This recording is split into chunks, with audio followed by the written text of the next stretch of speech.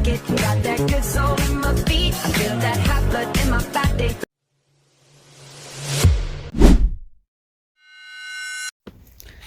Hola, hoy les voy a hablar sobre el concepto BAT, el cual es una manera de razonamiento clínico.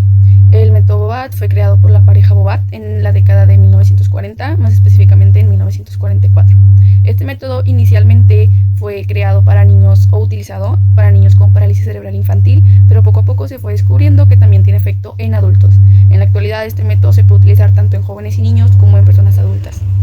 Este método o este concepto se utiliza para personas con problemas del neurodesarrollo y con daños en el sistema nervioso central, como bien puede llegar a ser una parálisis cerebral infantil, una esclerosis múltiple o un daño craneoencefálico. Se utiliza también para poder inhibir los patrones anormales de movimientos, para poder regular el tono muscular, para poder ayudar en problemas posturales y para poder integrar los movimientos correctos en las personas. Este método es un método holístico e integral, es decir, no se enfoca solo en el músculo atrofiado, en el músculo paralizado, sino que trata al cuerpo de manera global para poder ayudarlo a que genere estos movimientos de manera consciente y de manera funcional. Vamos a comenzar con las posturas del concepto Bobat.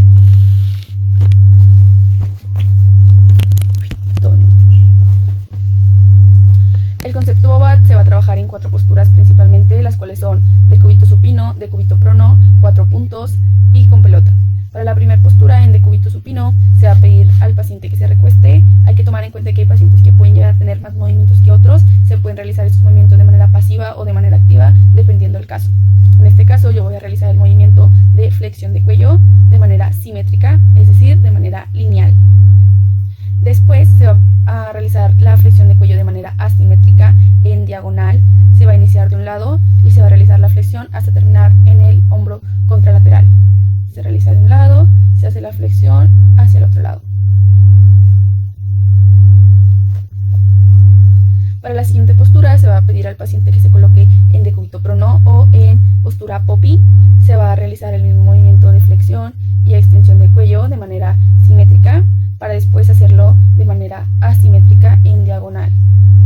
Una vez se acaben estos ejercicios, vamos a comenzar en la misma postura de decúbito supino. Vamos a iniciar con los movimientos de miembros superiores de manera igual, lineal, hacia arriba y hacia abajo, para después comenzarlos a hacer de manera diagonal, hacia un lado y hacia el otro.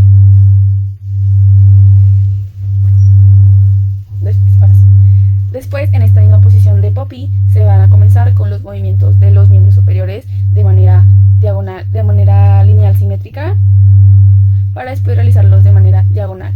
En este paso se va a pedir al paciente que siga los movimientos con la mirada o con su cabeza.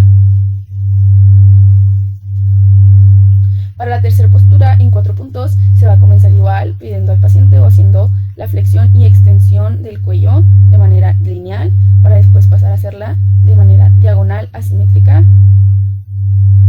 Una vez estemos aquí, nos vamos a colocar de frente al paciente. Nos vamos a colocar de frente al paciente con un objeto de su interés. Puede llegar a ser un juguete, una pelota o un objeto llamativo en color. Vamos a colocarlo en la línea media del cuerpo del paciente para que el enfoque sea siempre enfocado en la línea media, y el paciente deberá tratar de tomar el objeto con sus manos. En esta posición deberá extender sus manos para poder tratar de tocar o sujetar el objeto. En esta misma posición también vamos a comenzar con la movilización de los miembros superiores de manera lineal y después de manera asimétrica en diagonal, y de igual manera pidiéndole al paciente que siga los movimientos con la vista o con la cabeza de ser posible.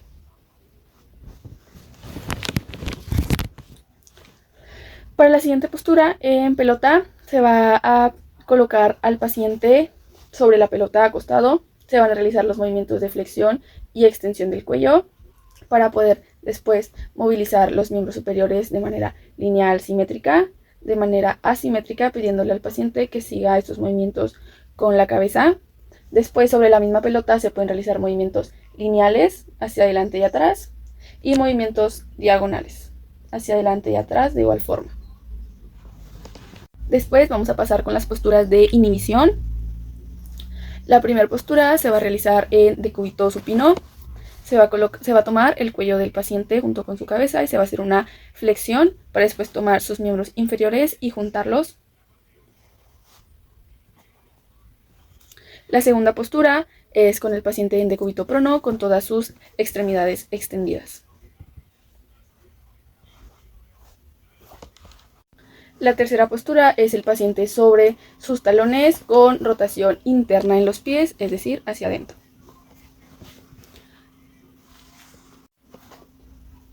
La cuarta postura es el paciente en 4 puntos y se va a realizar una extensión de cuello.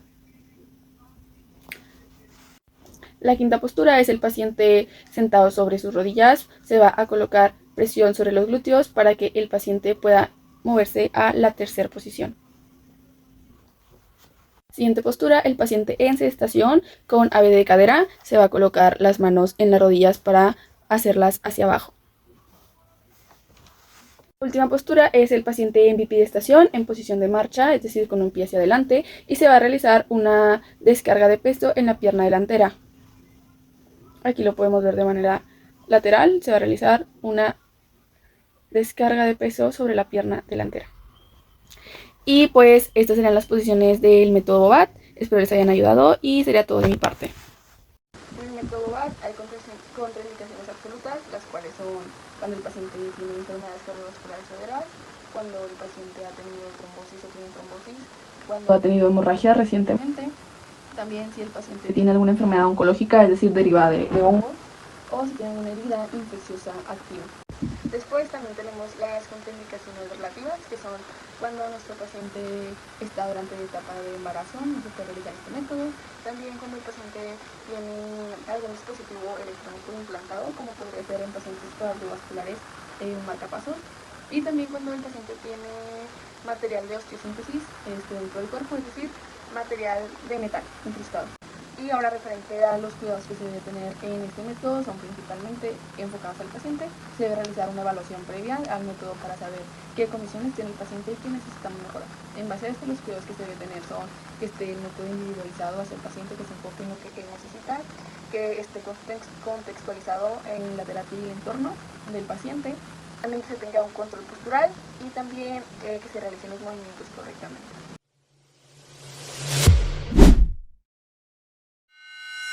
Hola, mi nombre es Sara y en esta ocasión vamos a hablar sobre la técnica RUT, que es un método esencial en el neurodesarrollo.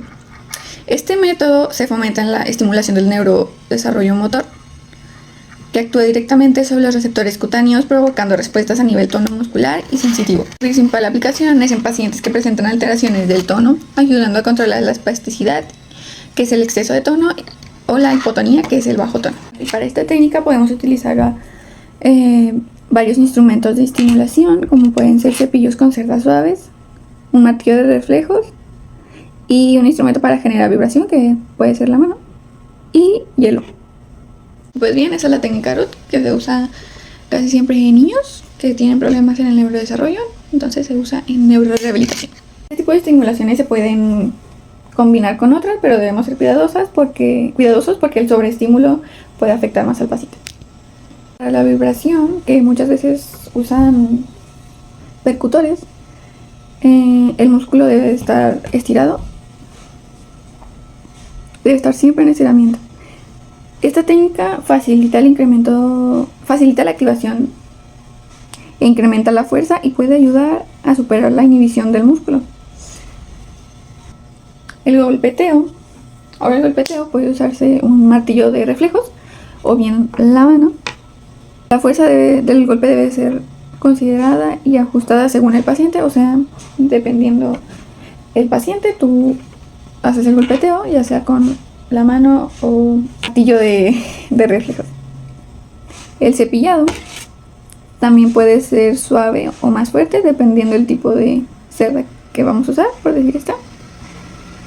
En esta puede ser un poco fuerte para la estimulación porque no son cerdas muy rígidas. En rehabilitación pues también se usan los estiramientos, y para pacientes hipotónicos los estiramientos deben de ser rápidos e inesperados para generar respuesta de activación.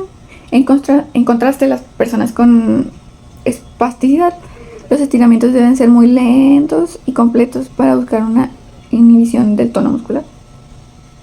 en pacientes con hipotonía, el hielo se aplica sobre la inserción del músculo y el vientre del músculo. La aplicación debe ser de forma distal a proximal.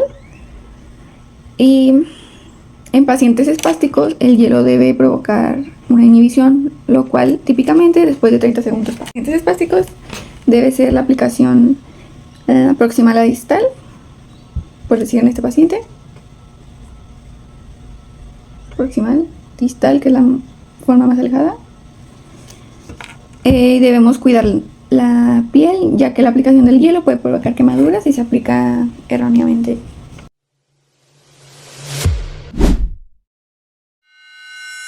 La técnica de carga de peso y compresión articular consiste en aplicar una carga axial controlada, una presión suave dirigida sobre una articulación para aumentar la propiocepción, mejorar la co-contracción muscular y favorecer la estabilidad y alineación articular, adaptándola de manera segura y lúdica cuando se trabaja con un niño. Esta técnica se utiliza en fisioterapia para mejorar la propiocepción, o sea, la sensación del cuerpo en el espacio, favorecer la estabilidad articular y el control postural. También activar músculos de forma más eficiente, facilitar patrones motores correctos en el desarrollo infantil, apoyar rehabilitación de extremidades superiores e inferiores, ayudar en retrasos motores. ¿Cómo aplicaríamos esta técnica? Pondríamos al niño de forma sedente, con la columna lo más neutral posible y en las partes de los miembros superiores, digamos, vamos a trabajar la articulación del codo, agarraríamos la parte proximal, que sería la parte del húmero, y la parte distal, que sería radio y cúbito. Posteriormente aplicaríamos fuerza llevándola hacia el húmero, así.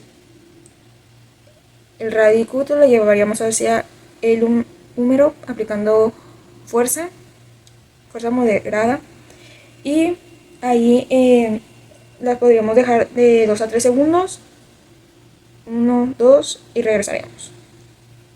Esta sería en la parte del codo. En la parte de los miembros inferiores, digamos que vamos a trabajar la rodilla, vamos a agarrar la parte proximal, parte distal, que sería parte proximal, fémur, parte distal, la tibia. Entonces la llevaríamos la tibia hacia el fémur. Aguantaríamos ahí 2 segunditos, regresaríamos y cambiaríamos de acuerdo la extremidad y qué articulación estaríamos trabajando. Para trabajar la compresión articular, sería colocar al niño en posición de gateo, o sea, manos debajo y rodillas debajo de la cara. Verificar que la columna esté neutra y aplicar una ligera presión desde los hombros hacia abajo, o sea, algo así. De frente se vería así y de lado así. Y en la parte de la pelvis o cadera, pues sería lo mismo. Sí. Realmente estaríamos ejerciendo una leve fuerza y puede ser también con rebotes controlados. Eso sería para estimular más. Los cuidados y las precauciones que debemos de tener es que estas técnicas no se deberán de aplicar si el niño presenta dolor, evitar compresión excesiva para no causar alguna lesión, no realizar en caso de inflamación severa, hematomas, fracturas recientes o sospecha de daño ligamentoso. Supervisar siempre una buena alineación articular, evitar movimientos bruscos y detener si el niño demuestra incomodidad o resistencia.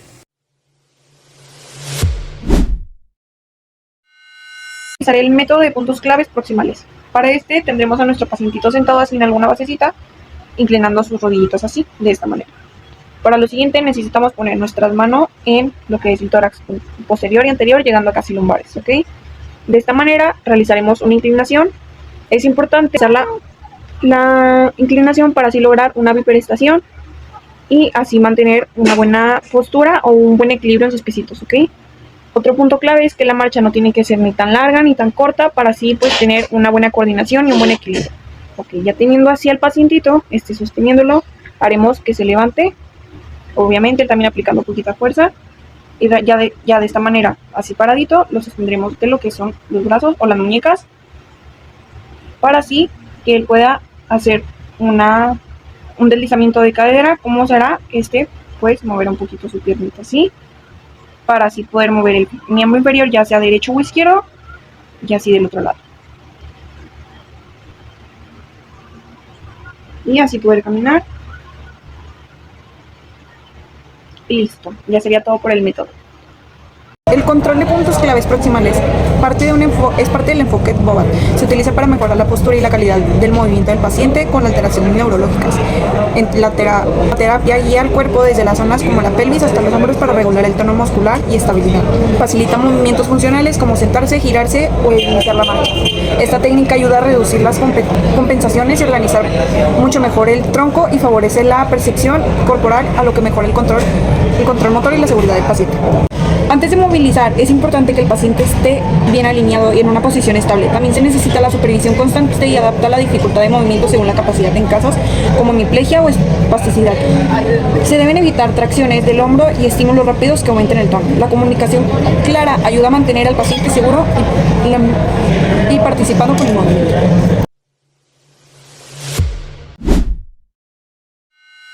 Bueno, facilitación por posicionamiento y taping. Sirve para mejorar el control postural, la estabilidad, activar o relajar músculos específicos y favorecer patrones de movimiento funcionales durante el movimiento.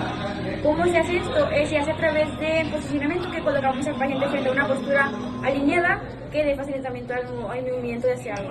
Ajustes de apoyo, que podrían ser cojines o básicamente corregir la postura del paciente. Guiar el movimiento evitado, o sea, evitar compensaciones para evitar algún desgaste mayor en alguna articulación. Mantener la postura correcta para realizar las tareas correspondientes. Cuidados o precauciones: no aplicar sobre heridas o irritación, vigilación de color duradero. Bueno, el tape lo podemos usar ya sea si lo ocupamos o si no lo requerimos. Eso depende de muchos pacientes que a veces no lo ocupan o a veces sí. Pero pues normalmente bebés a lo mejor no se usa mucho. Preparación de la piel seca, cortar la cinta según el músculo o articulación que deseemos usar, aplicar la tensión adecuada dependiendo del objetivo, ya sea activar, relajar o estabilizar. Fijar tensión en los extremos, revisar que no haya irritación o molestia. Y pues los cuidados o precauciones básicamente pues son de que no aplican sobre heridas abiertas, de lo que pueda tener alguna reacción alérgica irritaciones, vigilar cambios de color o adormecimiento, evitar posiciones que den dolor o supervisar al paciente mientras se mueve para evitar que pues, se caiga o haya alguna lesión externa. Conteniendo la postura anatómica, lo que vamos a hacer, vamos a levantar el pie, vamos a tener la cantidad de soporte, vamos a elevar los brazos hacia adelante, vamos a bajarlos y lo que vamos a hacer, vamos a bajar el pie también. Vamos a tomar así. Y así sobre esta posición vamos a estirar con la curva. Vamos a bajar los pies derecho.